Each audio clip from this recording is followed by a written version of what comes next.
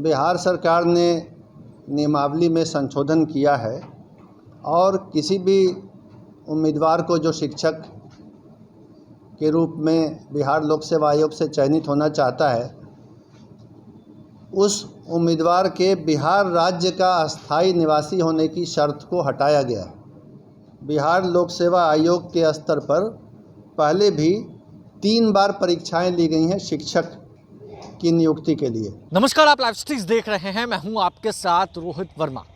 बिहार सरकार के cabinet meeting में एक बड़ा फैसला होता है। फैसला शिक्षा विभाग से जुड़ा हुआ होता है, जिसके बाद बिहार में शिक्षक अभ्यर्थियों का गुस्सा फूटता हुआ नजर आता है।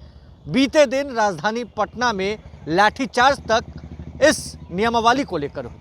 हम बात कर रहे हैं शिक्षक नियमावली की, जिसमें संशोधन किया गया।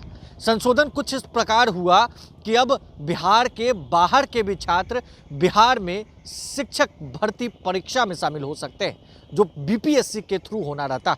मगर अब बिहार के मुख्य सचिव आमिर सुबहानी ने इस पूरे विरोध पर मुहर लगा दी है और साफ साफ कहा है कि ये कहीं ना कहीं बिहार के मेधावी छात्रों के हित में बिहार सरकार ने फैसला लिया है, शिक्षा विभाग ने फैसला लिया है। और ये पहली बार नहीं हुआ है। ऐसे फैसले और ऐसे परीक्षाएं पहले भी 3 बार बिहार में हो चुकी है, जिसकी जानकारी खुद मुख्य सचिव बिहार आमिर सुबहानी दे रहे हैं। सबसे पहले आप वो सुने। आज यहाँ मौजूद मीडिया के सभी प्रतिनिधिगण का स्वागत करता हूँ। जैसा कि आप देख रहे हैं, मेरे साथ श्री के पाठक अपर मुख्य सचिव शिक्षा विभाग मौजूद हैं और मेरे दूसरी ओर निदेशक प्राथमिक शिक्षा इस प्रेस ब्रीफिंग में हमारे साथ शामिल हैं। आज जो विषय आपको बताना है वह बिहार लोक सेवा आयोग के माध्यम से शिक्षकों की भर्ती या चयन के संबंध में बनाई गई नियमावली और प्रक्रिया के संबंध में है। और उसमें मूल बिंदु जो मुझे आपको स्पष्ट करना है, वह मूल बिंदु यह है कि बिहार सरकार ने नियमावली में संशोधन किया है और किसी भी उम्मीदवार को जो शिक्षक के रूप में बिहार लोक सेवा आयोग से चयनित होना चाहता है, उस उम्मीदवार के बिहार राज्य का अस्थायी निवासी होने की शर्त को हटाया गया है। ये शर्त नहीं रहेगी कि बिहार राज्य के अस्थायी निवासी ही बिहार लोक सेवा आयोग की परीक्षा में शामिल हो सकते हैं। ये शर्त हटाई गई है। तो ये शर्त क्यों हटाई गई है? इस शर्त को नहीं रखा जा सकता है, रखना व्यवहारिक नहीं है, विधि सम्मत भी नहीं है, कानूनन संभव नहीं है ये शर्त रखना। ये बात समझाने के लिए, बताने के लिए मैंने आप सबको यहाँ बुलाया है। और इसमें सबसे पहले ये समझने की बात है कि भारत का जो संविधान है उसका अनुच्छेद 16 आर्टिकल 16 बिल्कुल स्पष्ट है। आर्टिकल 16 का सब आर्टिकल 2, सब क्लॉज 2, वो ये कहता है, मैं पढ़ के सुना देता हूँ।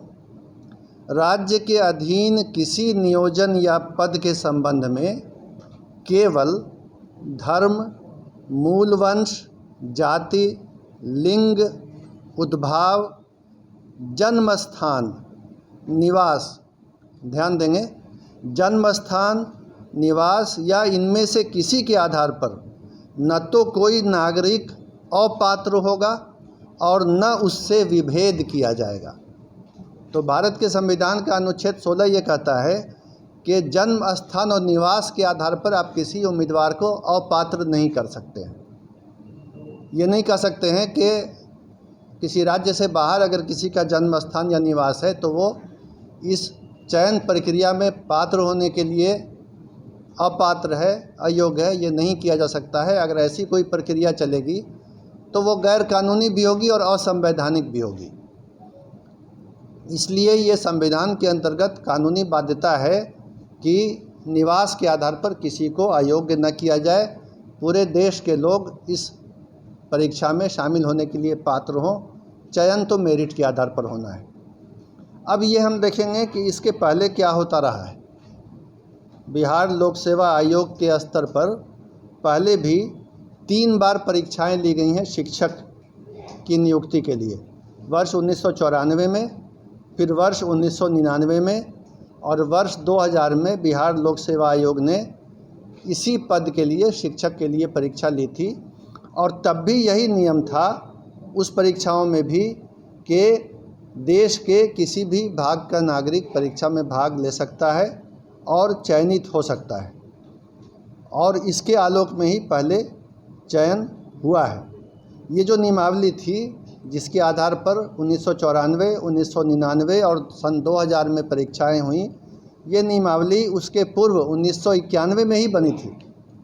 उसमें स्थानीय निवासी का प्रावधान नहीं था, और इस कारण से इस बार भी जो बिहार लोक सेवा आयोग से परीक्षा होगी उसमें बिहार का निवासी होने का प्रावधान नहीं रखा जा सकता है।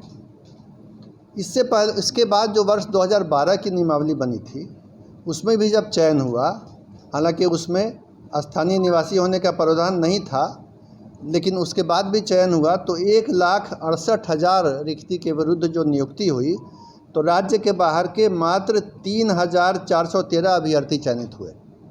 यानी 1,68,000 में सिर्फ 3,000 से कुछ अधिक राज्य से बाहर के थे और बाकी सभी जो थे वो राज्य के अंदर के थे।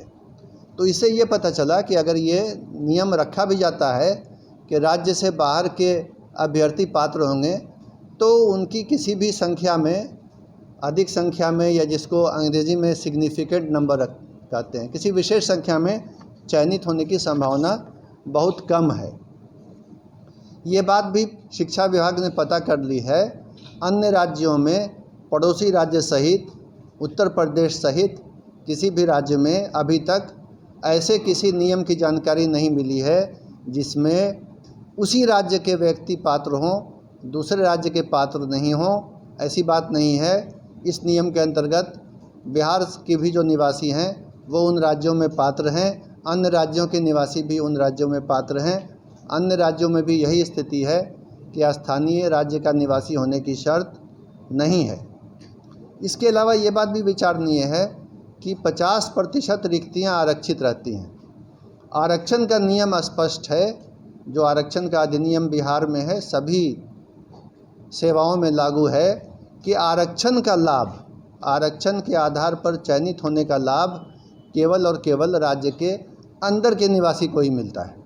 ये आरक्षण का नियम है, ये शिक्षक नियमावली में नहीं है, ध्यान देंगे। तो ऐसे भी चूँकि आरक्षण में ये नियम है और इस बार भी लागू होगा कि बिहार राज्य के अंदर के जो लोग हैं उन्हीं को आरक्षण का लाभ मिलेगा, तो 50% रिक्तियों पर तो आरक्षण के कारण बिहार के ही लोग चयनित होंगे। और बाकी पर जैसा मैंने बताया, पिछली बार का भी अनुभव है कि बहुत ही नाम मात्र को ही बाहर के लोग चयनित होते हैं। स्थानीय निवासियों को कोई उससे विशेष घाटा या नुकसान नहीं होता है। और अंत में ये बात समझने की है कि जिस तरह हम लोगों ने ओपन किया है कि देश का कोई भी नागरिक यहाँ अप्लाई कर सकता है, यही दूसरे राज्यों में भी है। तो अगर विभिन्न राज्य इस तरह के नियम बनाने लगेंगे, हालांकि वो विधि सम्मत नहीं होगा, लेकिन अगर बनाने लगेंगे कि उसी राज्य के लोग अप्लाई करें, तो जाहिर है बिहार के भी जो युवक हैं, युवतियां हैं, जो अभ्यर्थी हैं, जो दूसरे राज्यों में नौकरी के लिए अप्लाई कर रहे हैं, चयनित हो रहे हैं, काम कर रहे हैं, उनके भी अवसर समाप्त हो जाएंगे। तो इसमें तो बिहार का भी घाटा है। अगर देखा देखी सभी राज्यों ने ये करना शुरू किया तो अवसर कम हो जाएंगे बिहार के अभ्यर्थियों के लिए भी। तो कुल मिला के ये किसी के हित में भी नहीं होगा। और ये सरकार ने सभी विधिक पहलुओं की जांच करके, कानूनी पहलू को समझ के, बहुत सोच विचार करके ये नियम बनाया है कि बिहार राज्य सहित पूरे देश के लोग अप्लाई कर सकते हैं। हालांकि संभावना यही है कि अधिकांश या लगभग सभी बिहार राज्य के ही अभ्यर्थी होंगे और चयनित भी वही होंगे।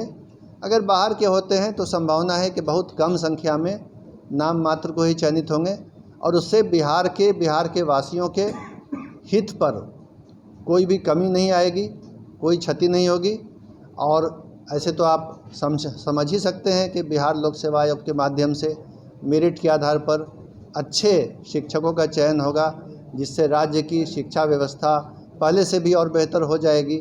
और इसी परिणाम की ओर राज्य सरकार अग्रसर है और बिहार लोक सेवा आयोग के माध्यम से यह चयन होने जा रहा है। तो इन्हीं बिंदुओं पर स्थिति स्पष्ट करने के लिए मैंने आप सबको बुलाया है और उम्मीद करता हूं कि मैं अपनी बात को आपके सामने स्पष्ट रूप से रखने के लिए सफल रहा हूं। धन्यवाद। तो आपने सुना आमिर सुबहानी को, जिन्होंने बताया कि बिहार में पहले भी 3 बार ऐसे परीक्षाएं हो चुकी हैं और इससे बिहार के छात्रों के साथ साथ बिहार के बाहर के छात्रों के लिए भी कहीं ना कहीं सुनहरा मौका है और ख़ास तौर पर बिहार के युवा और युवतियों के लिए है। चूँकि बिहार में अगर अवसर बाहर के लोगों को मिलेगा तभी यहाँ के छात्र भी बाहर जाकर परीक्षा दे सकते हैं, वरना बाहर में जाकर वो लोग परीक्षा नहीं दे सकते हैं। और साफ साफ आमिर सुबहानी ने सरकार के इस फैसले पर मुहर लगा दिया है। क्या कुछ उन्होंने कहा है वो आपने सुना है। बहरहाल इस खबर में बस इतना ही। अगर आपने अब तक लाइव सीरीज को सब्सक्राइब नहीं किया है, जल्द से जल्द लाइव सीरीज को सब्सक्राइब कर ले। साथ ही साथ हमारे फेसबुक पेज को फॉलो करना, वीडियो को लाइक शेयर करना बिल्कुल भी ना भूलें। धन्यवाद।